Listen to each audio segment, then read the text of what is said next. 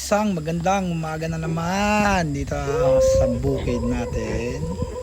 Ito, alas 6 ng umaga. Ano natin gagawin? Papakain muna tayo ng mga alaga natin, mga manok. Rhode Island Red. Ito ang ginagawa ko na sa may gustong bumili nito ay magsabi lang, Rhode Island, binibenta ko. Kung gusto naman bumili ng itlog, 50 isa.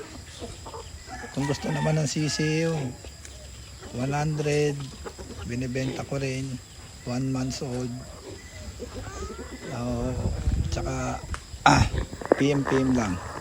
Lipat na naman tayo dito sa atin mga manok na binigay sa akin ng aking kuya. Meron tayo ditong Texas. Ito may babae ako dito, puti, white fleece. Ayan. Ito inalagaan ko, Texas. Tapos ito, di ko alam. Wala kasi ako hilig sa mga manok panabong. Kasi dati may mga manok kuya ko ang dami.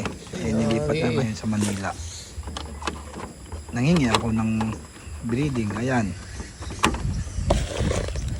Kasi para kahit walang magawa, malipas oras, dayo-dayo, mababang pusta lang, katuwaan, para hindi naman lahat lagi tayo nasa baboyan, manok.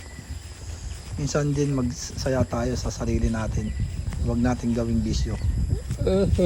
Gawin lang natin lipas oras, pampasaya lang.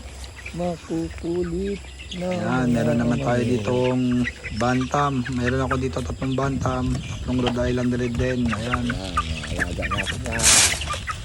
alaga-alaga lang para kahit pa paano may makain-kain din. Yun lang.